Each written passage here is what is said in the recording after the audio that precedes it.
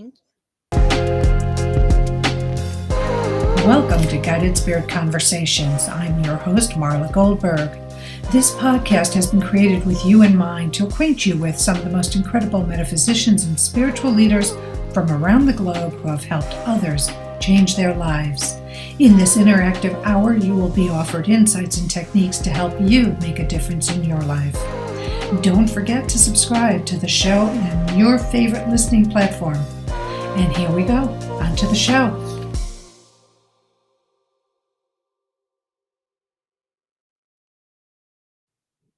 Hello, everyone. How are you doing? I'm Marla Goldberrg, your host, and you are in Guided Spirit Conversations. Today, I'm so excited. This is the first show of the year, and I have Julia Roman with us.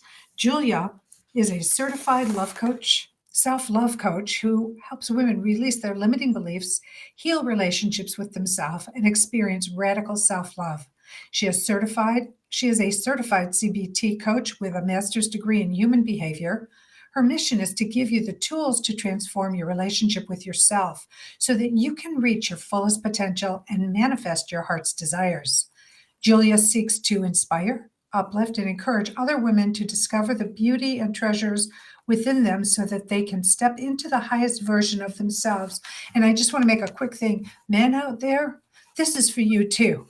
So though she specializes in women, what we talk transfers into men. So you can also use these techniques and this information as well. Welcome, Julia. Oh, thank you so much, Marla, for having me. I am a huge fan of your work, and I'm just so honored to be a guest today and be talking all things self-love with you. I love it. February is the love month. Everybody looks outside themselves for love, right? And I am a huge advocate of look inside first. And I'm so glad that we're starting my first show of this year with you talking about how to do that. Absolutely. Well, we were just talking about how self-love is really just the cake. It is the foundation, and everything else is just the icing and sprinkles on top. So we'll definitely be sharing some self-love tips today and how you can just infuse that into your life. Perfect. So I'm going to start. Let's start with the very beginning of what is self-love. Why is it so important?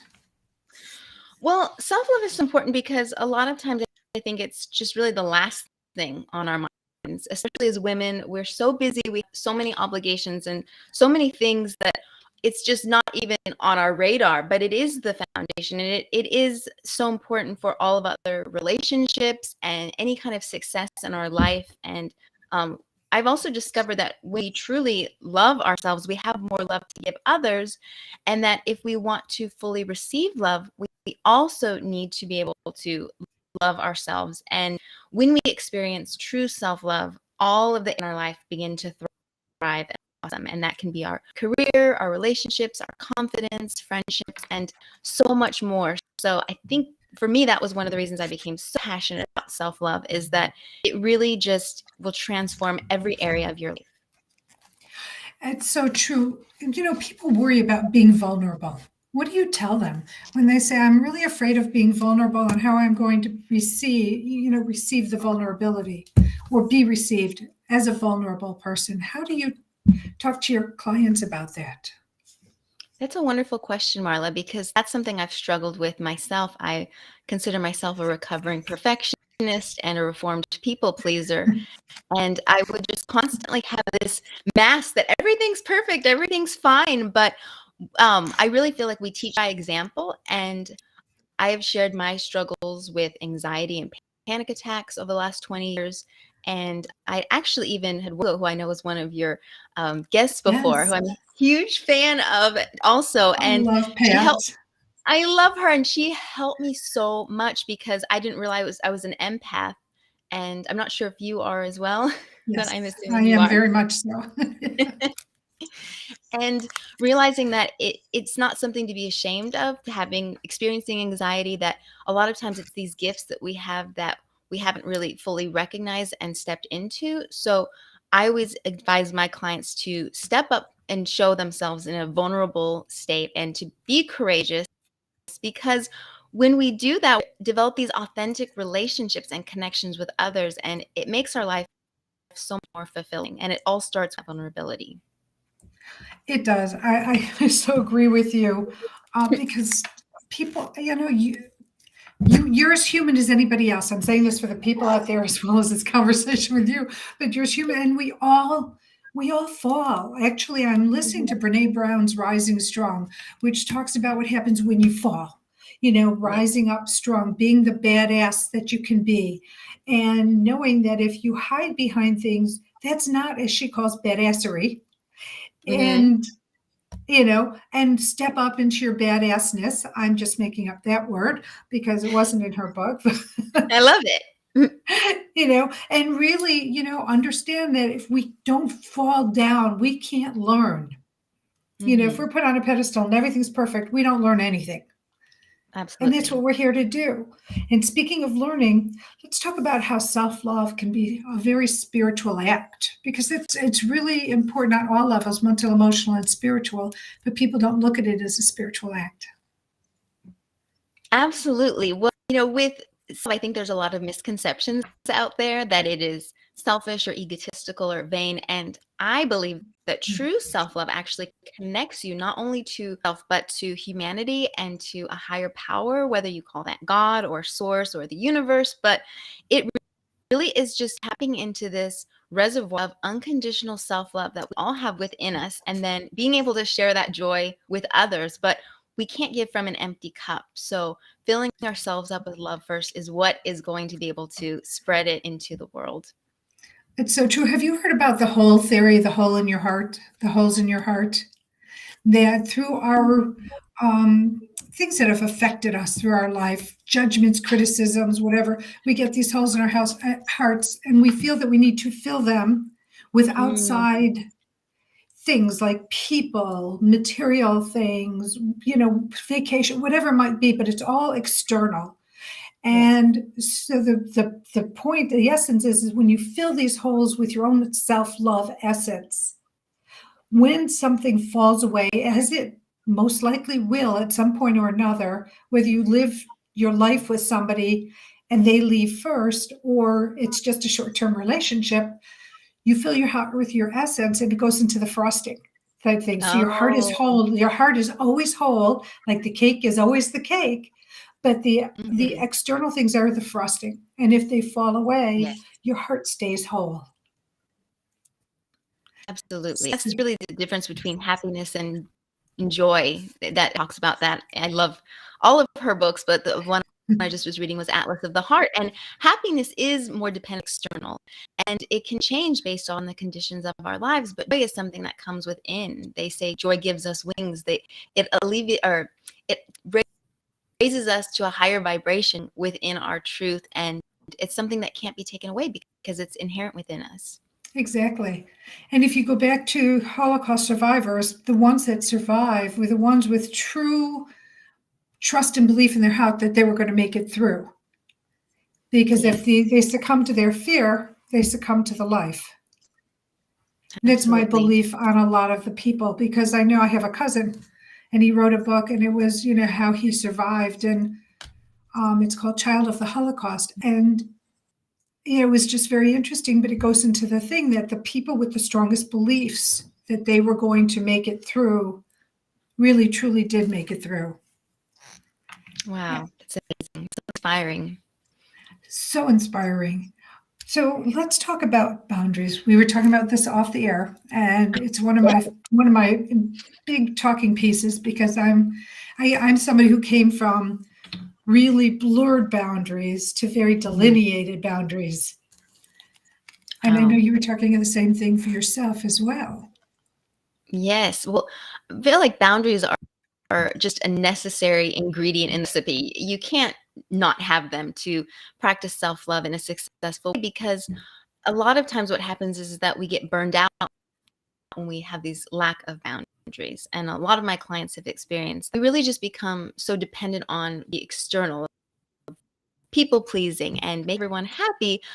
But it is so important to say no and to protect your energy, to release this need to be perfect, and really just saying yes to what, but also practicing care. And that can be hard. Actually, I just was on a podcast with another mom, and she just how hard it is as a busy mom to juggle everything and that's the last thing on your mind. But actually, when you practice self-care and boundaries, you have more to give.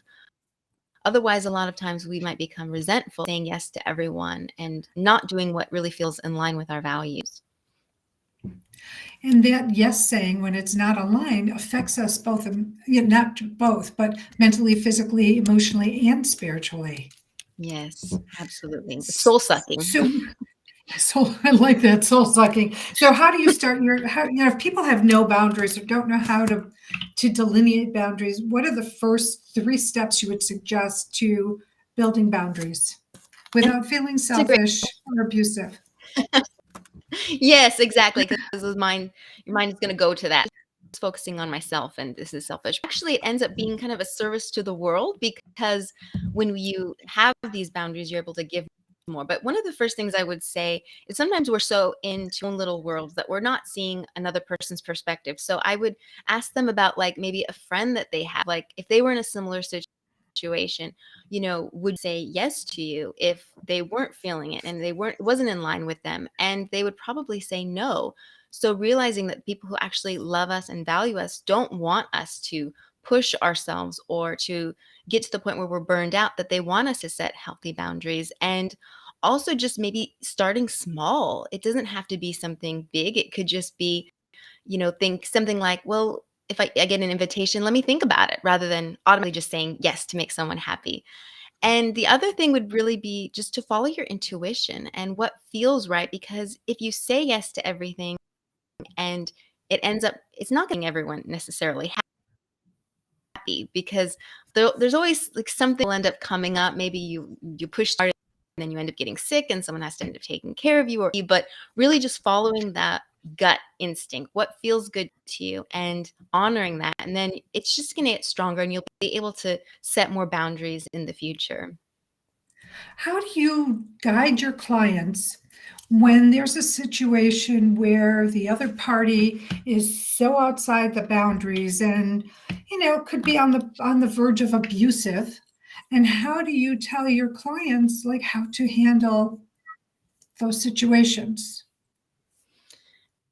It's hard because each situation is different. I do think when it gets to the point where there's abuse, and if they try anything, a lot of times it is. I'm one of those people that, if you have to cut toxic people or energetic, cut those energetic cords if they're no longer serving you, because you're not going to be able to give your best in the relationship, and you deserve your love and respect just as much as anyone else. So it does depend, but I do think that loving yourself means that you will not tolerate any type of misbehavior or abuse in a relationship. See, I agree with you totally. But Oh, there's so good. many people out there. I do. I so believe in it, and I live that. And there's so many people that just are like, "Oh, how do you do that? How can you do that?" Well, when people are stepping, I like to say, stepping all over you with spiked-heeled shoes or cleats, well, Mhm. at some point you've got to stop the pain. You've got to stop the Yeah. bleeding until they do something to learn how to be more um, equalized, not Yeah. abusive. You have an issue, talk about it. We're, learning how to communicate. That's the big thing to me, is communicating in a civil way. Yeah, absolutely. And people can change. It's not to say that they can't, but we can't wait for them to. We have to go on living our lives. And it really just comes down to energy. You want someone who's at your level and your frequency. And if they're not, they're going to be bringing you down. So to kind of consider that, how they make you feel when you're around them, and to just try to attract people that are on a higher frequency and vibration. Which I love. Give me 1 second. I just want to say out there to the audience, please, if you have any questions or comments for Julia or myself, please text them in on whatever platform you're watching this from. And so you can be a part of the show, because this is an interactive show, and we both would love your questions and comments. Also, Yes. if you're listening to this via your listening platform after the live broadcast, email me at marla@mghealer.com with any questions or comments that you might have. Okay, Julia, back to you. Let's talk. We were talking about empaths. Yes. And Empaths, so people know, they pick up things from the energies around them. Like we're big giant sponges walking around. No, no matter how tall or short you are, you're a big giant sponge, and things around you can absorb into you when you're a super sensitive empath. Even if you're just slightly empathic, things will affect you. So, what do you suggest for people who are empathic? Well, the first thing I think is really making space for the right people and experiences that you want to draw into your life. So, we did talk a little bit about cutting those energetic cords with any toxic relationships or even people that aren't necessarily in your life in the physical sense, to cut them if they're no longer serving you. And that makes space. I always say to my clients, the universe loves a void. So, they love, Yes. God loves the space to be able to create something new. Otherwise, it's being filled up with something that's maybe not in your best interest. So I also recommend the boundaries and protecting your energy, but also just any type of activity that raises your vibration. So that could be being in nature, it could be spending time with animals, journaling. I love salt baths. I even have an Epsom salt bath for empaths that I use, and it's just unbelievable. It takes out all of the toxins. I can send it to you if you want, Marla. I would love that. Yes, thank you. Oh my gosh, it's amazing. And it really just, I think with empaths, they get overwhelmed easily and they need grounding activities. And that's something that I share with my clients as well, because they are more prone to anxiety and stress rather than someone who isn't. But empaths do possess so many wonderful gifts. And I think we just got one message from Teresa, and she's saying she has some abilities. Her husband passed away in December. She'd love to communicate with Oh, him. And empaths can tap into the universal source of energy and be able to. I haven't been able to communicate with loved ones, but I'm not sure. Maybe you have, Marla. I'm actually better communicating with somebody else's loved ones than my own. But yeah, I do have a little mediumship experience. Wow, that's amazing. Yeah, empaths are just, they're so in tune with everything. And I've had dreams like premonitions, and people can come to you, and there's so many just wonderful things. But empaths they have all these wonderful gifts and abilities, but they do need to definitely protect themselves and set boundaries. It's, it's so true. And here's the thing that people say, it's like when you're setting these boundaries or you're trying to limit toxic people, well, people are my blood, right? That Mhm. family's blood, and they think that because they're family, they can treat people a certain way. Or if you're a close True. friend or you're an in-law. And Mhm. I put boundaries down about that too, because if you're being abused by a parent, by a sibling, whether it's emotional, verbal, or physical, or a combination of, you have the Mhm. divine right to protect yourself. And if protecting yourself means um, putting yourself putting boundaries and just giving some space between you and those people, then that's what you do. And if you have to see them for holidays and you only talk to them a few times a year, that's okay. I don't think there's anything wrong with that, as long No. as people learn to, um, communicate with each other in a civil, again, I use the word civil, but a civil way. Absolutely. And they can, because a lot of times these family members, they treat other people in a civil way, but not necessarily us. So we know that it is possible. And when they're Right. ready, that we're there. Saying something like, if basically if you leave a light on, then I'll leave a light on. So when you're ready, when you're available and you're open to change, then I'm going to be receptive to that. But in the meantime, I do need to protect my light. I love that. I really do. That's fabulous. Thank you. So let's talk about simple ways to practice self love. So we've talked about boundaries and how to put those up. What other steps do you have to bringing self love to yourself, or not to yourself, but to a client? Well, yes, I everything that I tell my clients, I practice what I preach, and I think that that's really important, because a big thing for me was the positive self-talk, and it seems very simple, but it really comes down to questioning and challenging these limiting beliefs that we all have. And it can be actually a way to reprogram our brains, that we can actually create new neural pathways rather than some of the things we might have said to ourselves, like, oh, you're so stupid, or you can't do anything right. That when those thoughts come up, because they're often unconscious and they're often not even ours, they could be from our families or from society, that we start to recognize that that's not our truth, that's not our essence. And what would a more realistic belief be? And I love that you brought up Brene Brown, because she always talks about the difference between, like, I'm a bad person versus I did a bad thing, shame versus Mhm. guilt. So we can look at it that way, that we maybe did something that we're not proud of, or we want to make amends for a change, but that we are inherently still us, and we are, children of God. We're good people. I think Yes. that can be super empowering. And really, this self-care, because self-care can just not only restore our energy, but it raises our vibration and frequency. And that is just where we are primed to attract these fulfilling relationships and experience. And the last thing I would say would be self-compassion, which I'm a huge, fan of, and I talk about it. But I feel like that's just really, you can't have self-love without self-compassion. They go hand in hand. And I thought it was interesting. There was a study from Forbes. There was a direct correlation between self-compassion and success. So a lot of times we shame ourselves, and we're so hard on ourselves because we want to, do things better, but it actually makes progress harder. So self-compassion is definitely one of the cornerstones of self-love. You've got my vote on that too, because it is. It Good. truly is. Let's talk about forgiveness and self-love, because a lot of people have so many, I call them misnomers. I'm not going to say they're wrong. I just think that they don't have the full scope of what forgiveness truly is and how it works with your self-love. hmm Well, so much of it not only is forgiving other people, but forgiving ourselves. If we Yes. want to make a change in our life, and if we're constantly berating ourselves or telling ourselves, well, you can't do this, or you shouldn't do this, well, then that's what our reality is going to be.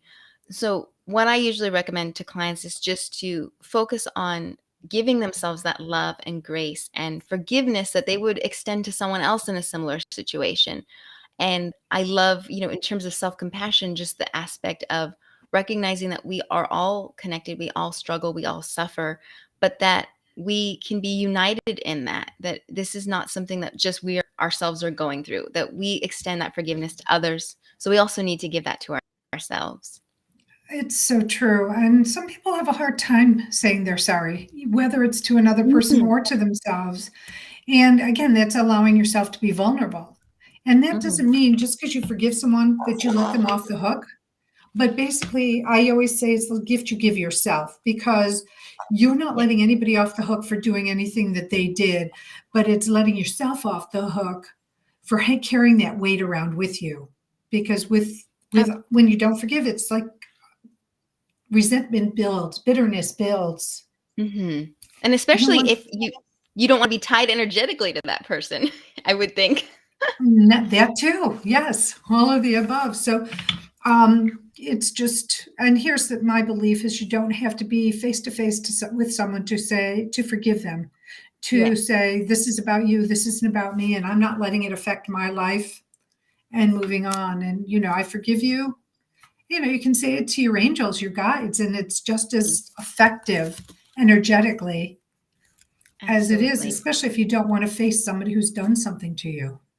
And it's so hard, I think, and maybe I would say just anyone, but specifically empaths, we just take everything on. We take it so personally, and really, how anyone ever treats you is a reflection of them. It has nothing to do with you, but it can be really hard not to take that on as your identity, or how someone has maybe mistreated you in the past. But it is a way, if we forgive someone, whether they deserve it or not, it's a way to move on with our lives and release that from our, consciousness, and our way of making a new start for our life.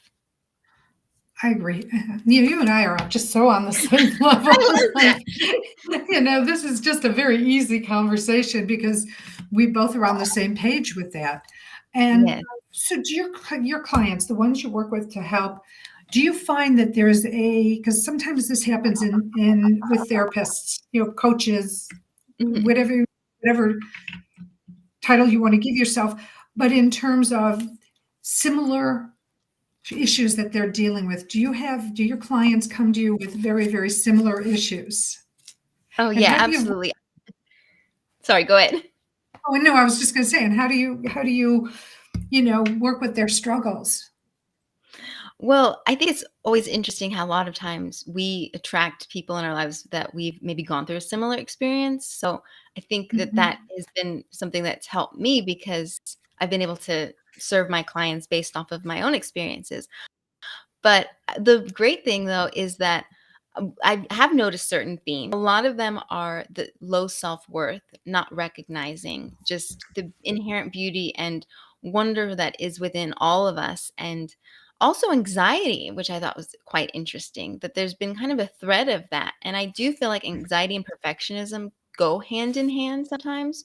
So, helping my clients through a lot of those limiting beliefs about themselves. And once they're able to release them, I've just been able to see just miraculous changes internally and externally in their lives. Just so many things that they'd wanted to manifest and attract, being able to, because they finally healed whatever that was, that wound within them, and recognized that they are inherently worthy and deserving of love. And we all are. I mean, if you talked about Jesus, everybody deserved love, even if they were throwing stones at him or hurting him. The turning the other cheek didn't mean to ignore it, but it was not letting it affect you. That's how, Mhm. how I that's how I take it in. So in the world of Marla, that's that's how I perceive it. Absolutely. Well, that's another example of why how we treat others is a reflection of us, because someone like Jesus is going to treat everyone the same because that's who he is. That's his Right. essence.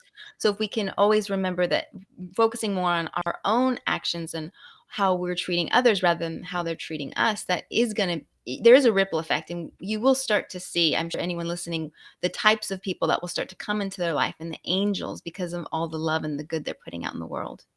I so agree. Now you have a course coming up. It's a 6-week radical self-love program. Let's talk about it. Tell me what it's about, what people who will sign up will receive from this class.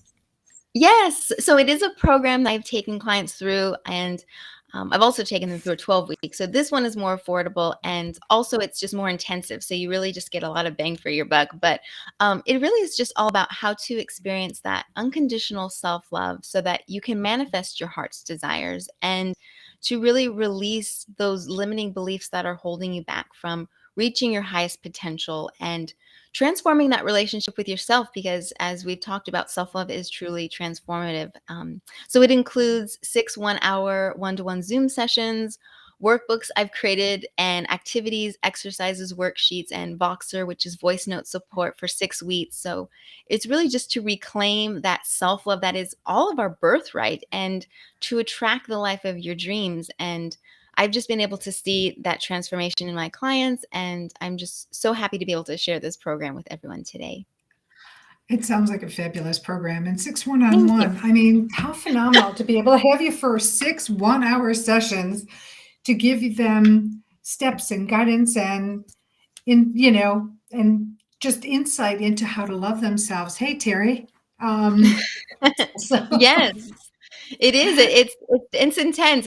I mean, we have, I usually offer like a 30-minute celebratory session after, where we just kind of talk and gab, but these are questions that I've designed specifically to really get to the root of these problems. So it's an intense 1 hour, but a lot of the times, my clients have said, wow, we really got to stuff that I hadn't even thought about. And the healing starts to occur. It's not always comfortable, but it occurs. And once that happens, then it really makes space for all the things that people want to attract in their lives. So here's the big question. Is it one start date or is the start date fluid based on when somebody signs up for the course? Well, since it's a program, yeah, we can start anytime. I've had multiple clients, and it's kind of scaffolded, and they have their times that work for them. So it's not set in stone. It is very flexible. Yes. Perfect. And let's share the where they can sign up. Where would they sign up for this program? Well, Instagram, I spend a lot of time on there. There's information there, but also on my website, there's more information that they can contact me, and I can give them information to sign up. And the website is juliaspiritualcoaching.com. Yes. So check out the website, check out what Julia does, how she can work with you, how she can help you. And now back to the show. But I just wanted to really, put that out there because I was reading about the program and it was just like, that is really, it gives you, it's so meaty, I guess is the best way to put Thank it. you. You're I try. welcome. The value. Mhm. It is. It's definitely a lot of bang for your buck. You're right. And whoever tries this, I'm confident, will walk away with so much more than they stepped in with. So, Thank you. Yes.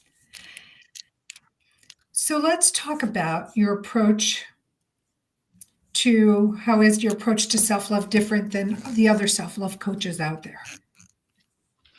Well, there are lots of different, especially like on Instagram, there's so many different self-love, self-confidence, even self-compassion coaches. And I think for me, the big thing was I really just wanted to make sure that my approach was holistic, that it included the mind, body, and soul connection. And that self-love is more than just going to the salon or you having a spa day, which are great, but it really is this internal work and healing that needs to happen and recognizing this inherent worth within you and also the value of everyone else. But I also incorporate the spiritual teachings of the major world religions. I'm a Baha'i, so that has inspired my work so that it's inclusive and also just incorporates so much of the things that I've learned and really just making things typical and accessible so that they can experience this unconditional self-love. So it's not it's very hands-on. Like I said, there's activities, there's exercises, worksheets, there's guided visualizations, meditations, so many things that they're taken through and that they can actually apply these into their life in practical ways so that they can start to see the results that they've been hoping for. That's great. Now we talk about limiting beliefs. Okay. We all have them. They've all been projected on us and imprinted on us. Yes. What is your approach to helping people release their limiting beliefs? Well, I did actually want to share. I have a releasing beliefs exercise that I've done and I think would help a lot of people. And it's really taking whatever that limiting belief might be and getting to the root of it. Because sometimes I think we think something is a limiting belief and it's not. We might think, well, I'm not successful enough. I'm not smart enough. I'm not beautiful enough. But what is the real underlying belief? And that might be that I'm unworthy of love. So journaling about that, discovering what it is that's hindering you from achieving progress and attracting your heart's desires and really just starting to question it. And that is where the CBT, I'm also a cognitive behavioral therapy coach, comes in, that we're starting to actually say, well, is this the truth? Like we start to look at evidence and try to find if there's any support. And I would say almost 9 times out of 10, there isn't anything, there's no basis for it. And that what we can do is take this belief, you write it down, you can, in a safe space, burn it. I feel like there is something very powerful just watching it all go up in smoke and then really replacing this old belief with a realistic belief that I am deserving of love, I am worthy, and thinking about how you would speak to a friend or how a loving friend would speak to you. And then this is your new affirmation. I'm very big on those, repeating it to yourself. This is part of rewiring your brain. And it does have to be something you believe and feel. It can't just be like, I'm, a millionaire or something. If that doesn't Right. necessarily resonate with you, or I'm the president of the United States, but it's something that is able to change the way you're thinking and to be able to really just step into your power and recognize that you are worthy as you are deserving of love, and repeating this to yourself to really, for me, just really releasing that limiting belief once and for all. I love that. And I think things like enough, being enough, I am enough is a good one because many people don't feel they're enough. And Mhm. that's why they try to be more, have more, because they Mhm. don't feel like they're worthy, like you said, enough. Mhm. And that's a big one because in terms of sharing, telling them they're enough. Yes. So, do you have a story for us? Can you share? Is there like like this big light goes on for your client story that you can share? Uh, yes, I actually have 2, but I don't wanna Okay, take too much time. you are fine. Well, because I think they both really demonstrate not only the power of self-love, but so many of the things that women struggle with in particular. And the first one was actually a former client that I had who had been single for quite a while. She was a single mom and really just had a lot of those limiting beliefs. She didn't feel like she was beautiful. She didn't feel like, she had the confidence to attract the right relationship. And shortly after our time together, she manifested this amazing relationship with this wonderful man. They're still together, and Oh, I'm nice. not taking credit for it, but I just feel like once she was able to recognize that she was enough, that she was worthy, that she was able to that and to manifest that, that was definitely a client win. That sounds great. That's a great story. Oh, thank you. And then the other one was I had a client who really struggled with her body image and self-confidence. And she would just try to like hide her body. She would wear like really baggy, oversized shirts. She said that that filled up most of her closet. And that once we got down to what was really going on, like a lot of the trauma that had happened in childhood and these limiting beliefs that she had taken on as part of her identity, once she was able to heal those, she would send me pictures of her in these really like beautiful form-fitting dresses and stylish clothing. And she said her wardrobe completely changed. She had gotten rid of all the baggy shirts and she just felt confident in her skin. And she just really embraced the beauty of who she was inside and out. But it was really, as within, so without. It really came from inside of her first, so that the external, everything started to shift. I love that because it does shift and like Lizzo. I mean, I think I love Lizzo Lizzo. is she is amazing. And I love how she totally accepts herself in her skin, in her body, with everything else going on. And she will strut it. I mean, I am Mhm. so impressed with that because I was brought up having those beliefs about body image and Yes. how you're supposed to look and present yourself to the world. And here's Lizzo in all her glory, and it's like, good for you. Mhm. In my past, I would have said, oh, a leotard, maybe you need to, but today I honor her for what she does and how Yeah. she lives her life. Well, and I think that when we're confident like that and we're full of self-doubt, then other people are going to see, like how you said, how you responded, because you're like, oh, well, she feels good in her skin. She's confident. She embraces her curves. I will too. So we're really just constantly, whether, consciously or not, teaching the world how to treat us based on how we're treating ourselves. It's so true. I just have to tell you one quick story. I was Yes. recently in Hawaii and there was a big girl and she was wearing a thong bathing suit. Okay. And again, it goes into, and I would look at it and I'd say, well, maybe if she can do it, I can do it. Because at my age, I would never think about wearing a thong in public. But but it's You just, should. again, the fact that she had belief in her and it was just an fu to anybody else. I want to do this, I'm going to wear this, and she did it with pride and grace and dignity. Wow, that's And amazing. I love that story. And so I much of it is that we're seeing the world through, I don't necessarily say the patriarchy, but kind of like a outdated, view of what society says is beauty. That's not necessarily what we believe, that we're constantly also to just protect ourselves, looking at it through, maybe a white man's point of view. And there's so much type of beauty. There's diversity, there's so many different things that we haven't even considered. And when we open our minds to that, then we can really embrace all of the beauty that we have within us, because we're not all supposed to be the same. It's like we're flowers in a garden. We need to yes. embrace the different types, if you're a tulip, if you're a rose, whatever it may be. And I would tell you that Paloma Picasso, she did jewelry designing for Tiffany's, and I remember looking at her, and though she wasn't the American quote unquote, for those who can't see that I'm doing air quotes, classic beauty, her imperfections made her so striking and beautiful. And Wow. it's those imperfections in life that really hold the magic, in my opinion. It Absolutely. truly does, because it's showing that, the knot in the tree, right? I mean, it's not a very smooth trunk. It has these knots in it. Well, the knots give texture and character and color, and that's Yeah.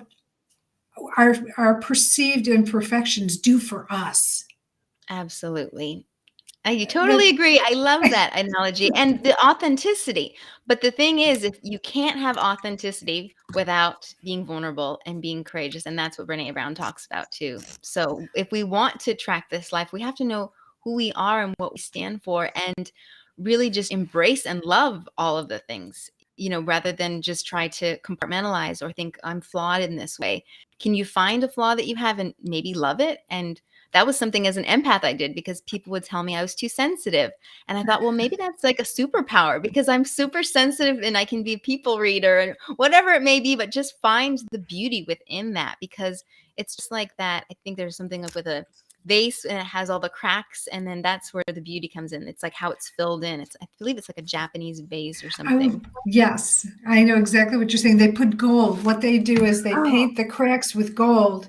And so by from age and everything else, and then you see like these gold veins through it, and it brings this new level of exquisiteness, beauty to, showing that just because something's broken and re-put together doesn't make it horrible, ugly, ruined. yes. They're bringing the beauty to it. And I was thinking about that same analogy, that same story when you started speaking. It's like, Oh, and I then love you that. brought it up. I feel like we're very in tune. Yes. Very, very in tune. But I'm going to take a stop here because it is charity shout out time. And I love my charities, and this is our way here at Guided Spirit Conversations to give back to the charities of our guests. And yours is St. Jude, which is one of my favorites. I used to live in Memphis, and St. Jude's is housed there. That's where their headquarters is. And I just love what they do for the children and the children's families. So I'll let you speak about it in further detail and ask people to help St. Jude. Yes, please. Anyone listening, please donate to St. Jude. They're one of my favorite charities because, I believe it's either all or most of the proceeds go to the children. And is it all of them? I think it's the majority of them that they do, but Yeah. they have more funds going to the children than their administration. Yes. Well, they're one of the best out there because they do give just a small amount to the administration, so much to the children and their families. And anytime one of those commercials comes on, it just tears and tugs at my heart, because they're just these little angels and so sweet and innocent, and that they can have all of this help and support, and that families do not have to pay when they take their children there. It's just so remarkable. I'm just always in awe of the work that Danny Thomas did. I actually was watching him on a Lucy episode the other night because I just was like, I think this is just so amazing that throughout all of these years that this work is continuing and helping so many children. So please consider making a donation today. Yes, please help the children, help the families. And I love when they say, the families have enough to worry about with the sick child. They don't need to worry about housing and food and travel and the expense of it all. Absolutely. And I love the fact that they're not just supporting the ill individual, but the whole family as a unit.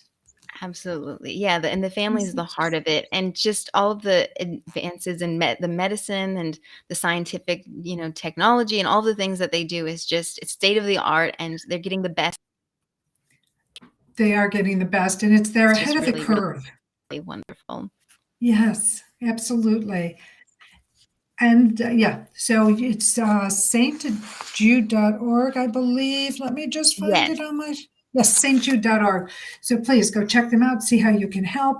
If you're in the Tennessee area near Memphis or in Mississippi by the border, they might need your physical help, volunteering time, as well as money to help with entertain the children, bring things to the children or to the families. So Yes. it's a great endeavor. So thank you for that. I appreciate Thank it. you, Marla. And I'm I so glad it's a appreciate you. charity I know a lot about, or some Oh, about. I good. should say. Not that I've had an Yes. ill child, but yes. So Wow. let's talk about this. Do you have a message of importance of healing that you would like to share with the listeners? Well, I feel like with any type of when we heal ourselves, that's when we're able to heal others and make a difference in the world. So that was really what got me started on my own healing journey. And to remember that healing is not always linear, that it can have, ups and downs and ebbs and flows, and that sometimes we might feel like we're going backward, but we're always moving forward. We're never losing progress. And that when we actually heal ourselves, that it is truly a gift to the world. I like that. It's so true. And it really is. It's just like when one meditates. If you bring a Yeah, group of people to meditate, it's like each person meditating is like, helps 72, raise the consciousness of 72 individuals, something like that. I think the numbers are. So, when you heal yourself, you are raising the consciousness of fellow people, because the statement, we are many, we are one, because it's all a net that we're all connected to energetically. Even though people say, oh, no, no, no, we're all connected. Like you've been saying throughout absolutely. the show. Yes, we're all one human family, definitely. True. So if you had a tip to give for living a happy and fulfilling life, what would it be? I would say to know yourself, love yourself, and to be of service to others. And one of my heroes, Lucille, has said that really just to love yourself first, and everything else falls into line. And when you really have to love yourself, when you really love yourself, then you can get things done in the world. So I really couldn't agree more with that it all starts with that self-love, and that is how we're able to achieve the things that we want and to be able to get things done that we want to. I agree. There's no, I'm like, wow, I think she's in my head. Oh my God. We're on the same page. So on the same page. So I've asked you a lot. We've talked about a lot of different things, but I know there's more that you'd like to share that I haven't asked you. What would you like to share that I haven't talked about with you? Well, I think we touched a little bit on the self-compassion. And I think that is so important because, when we are struggling and suffering, we tend to think that it's just a very individual endeavor, and that so many of our experiences are universal. And I'm a huge fan of the work of Dr. Kristen Neff, and she's a self-compassion researcher and professor. She wrote a book all about she's written actually a few books about self-compassion, and she outlines the three major components of self-compassion, which are self-kindness, which is speaking to yourself as you would a friend, being gentle, being supportive, being mindful. So this means really identifying with those thoughts, but observing our feelings and the things that come into our mind, and not suppressing them, but just really letting them flow and float by. And that can be done through meditation and so many other types of practices. And the last one, which is my absolute favorite, is common humanity, which is recognizing that we all go through difficult times. No one has it easy, and that we are, the struggling and the suffering is a universal experience, but that is really connecting us to our common humanity, and to reach out for support, to not be afraid, because there are so many, amazing teachers such as yourself out there, and people who are ready, when they say, when the student's ready, the master or the teacher appears, that it is all there, but we sometimes don't. We kind of have our eyes closed and the sun's still shining. So if we can just open our eyes, there's all these resources, all of this love, all of this support, and to ask for help, because that actually connects us in a deeper way than when we just try to do it all on our own. It's so true.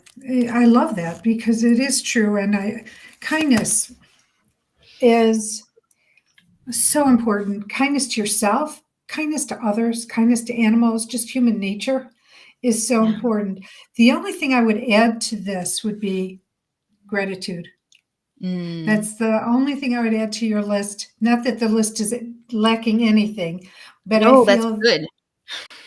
that gratitude is also a piece of whether you're grateful for things that you're able to do for others, grateful for things that you've experienced, but being thankful and grateful for everything that comes into your life. And I even look at the stuff that is like irritating as grateful, because if we didn't have those irritations, if we didn't have those interactions where they're not perfect, we wouldn't be able to learn from them. That's true. And it makes you appreciate when things are going right. Exactly. When you're mindful, we go back to the mindful thing, because Yeah. some people go through life and they just keep expecting more and more and more of the same. And then the Mm. gratitude falls down and the mindfulness falls down. And then they wonder, well, what happened to all that goodness? Yeah. And so much of it is that perspective, I think. And there's like the parable of the Chinese farmer. I'm not sure if you've heard that. I'm probably going to butcher it, but basically, it's the farmer who has a son, and at first, his son is going to be, it's like drafted to go to war, but he was injured. So at first, everyone's like, "Oh, your poor son, he was injured. Things are so bad for you." But then that actually ended up being a good thing because he didn't have to go to war. So, there's so many different, like nuances and things that, God sees the whole picture. We don't recognize at the time maybe that this is for our highest good. This is actually benefiting us, but at the time people might be like, "Oh, poor you, this is so horrible that you're going through this." And like you said, if we can take the lessons from that and grow from it spiritually, that it's this constant evolution. We're constantly drawing closer to God and the light, that it's actually just part of our own spiritual development and is benefiting us. So to be grateful, which I'm so glad that you brought up, because gratitude is huge. It is, and everybody looks at things in a different perspective. And I love your list of three: the self-kindness, mindfulness, and common humanity, because there's a lot of people who just think. I was watching The Butler the other night, Oh, it's a good and movie. oh my God, so good. And when you see what they portrayed, what was going on, that many of us, well, you weren't even a twinkle in your parents' eye at the time. I don't even know if your parents were a twinkle in their parents' eye at the time. No. But what, these people went through, and how there was no humanity for another human being. They didn't look at people as humans. And it's heart-wrenching when people treat others that way, for me, Mhm. or animals.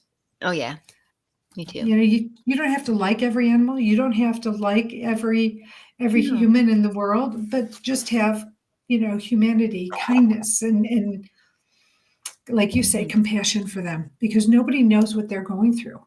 We all wear our masks. Absolutely. And it feels better to come at a place of kindness and non-judgment. So actually that's another reason why I almost feel like if someone was going to say self-love is selfish, then it is selfish, and that how we treat others is actually how we're treating ourselves, which is that was one of the great lessons that I've learned in my life. And that if we want to treat ourselves with love, we need to be treating, like you said, animals and others with kindness and compassion, because life is just one big boomerang. It's just going to come on right back. So just give out as much love as you can.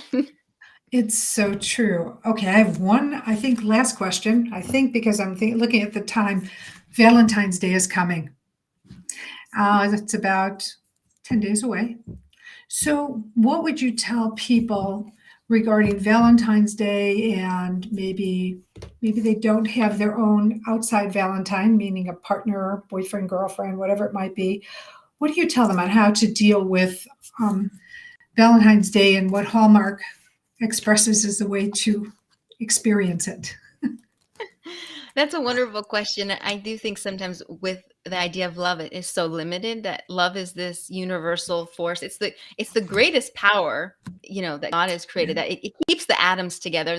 And it's romantic love is a part of that, but love in itself is the essence of our being. It's who we are. And to recognize that a lot of times, on social media, that we shouldn't really believe everything we see. We don't really know what's going on with someone. And I'd actually just shared recently with in another podcast that I'd been in a relationship. I was engaged. I had all these Instagram pictures. And I was like, "Oh my gosh, I'm so happy for you." And I was miserable. I am so much more happy on this Valentine's Day than I was that Valentine's Day. That it really comes down to loving yourself and how you feel about who you are, and that everything else is just like we said earlier, the icing on the cake, but that you are actually the great love of your life. And to focus on that, to focus on what makes you happy and brings you joy, and what makes you light up, because that is what is a potential partner from a place of lack. That it does come from being fulfilled, and take yourself on a date. I mean, who's to say, why can't you just go to a restaurant or go to a movie or do something, have a spa day. I think that's probably what I'll do. I'll order in, just do something that makes you feel good. It's Valentine's Day can be for everyone. It doesn't have to just be for couples. I like to go to those, what do you call it? Those foot massage places where you Oh sit yeah. back and they just rub your feet for an hour. That's heaven for me. So Yes. it gives my That sounds, husband a break. that sounds like a great Valentine's Day. Yeah, bring some wine. Just sit back and just go, and just enjoy the touch, the feel. Yeah, and Absolutely. I would just share one other thing is that I had a relationship. It was my first marriage, and there was not a lot of physicality in it. And so I would take myself to get massaged every so often so I could have the touch that I needed. So I'm sharing that not to necessarily vomit personal information, but go somewhere, get the touch you need. Yeah. Whether it's a manicure and they rub your, massage your hands or do one of those reflexology places, but do something for you that makes you feel good and gives you what you might need in terms Yes. of whether it be physical touch or relaxation, so that you can give it to get it Yes. all Treat yourself. together. Absolutely. Absolutely. Julia, this has been such a wonderful conversation. I probably didn't have to talk at all. You were saying everything No, that I was loved in my it. mind. So it was, I love learning from you. thank you. And I love learning from you. So I appreciate it. I appreciate you. And I want to thank Bridget, my right hand, my left hand, for everything she does to get the show up and running, and the graphics. We have new graphics that are just really phenomenal. So thank you, Bridget. I want to thank you, the listening audience, for taking time out of your life, out of your day, to participate in this podcast, whether you saw it live or you're listening to a replay. I'm grateful for you because I do this for you. I do this from my heart to yours. And I just want to ask that you please subscribe on your favorite listening platform, so that you don't miss any of our exciting episodes that are upcoming in the rest of the year. Also, go to MarlaGoldberrg with 2Rs.com and get on our mailing list so you don't miss one single episode or event or anything that I'm participating in. And you can also see what I do and how I can work with you. Remember to check out Julia. Her website is juliaspiritualcoaching.com. Check out her wonderful program, her 6-week radical self-love is a radical self-love program. And you know what? This is the best time. Whatever time it is for you to start is the best time for you to start. So when opportunities arise, realize that it's showing themselves to you for a reason. And so check her out, check me out.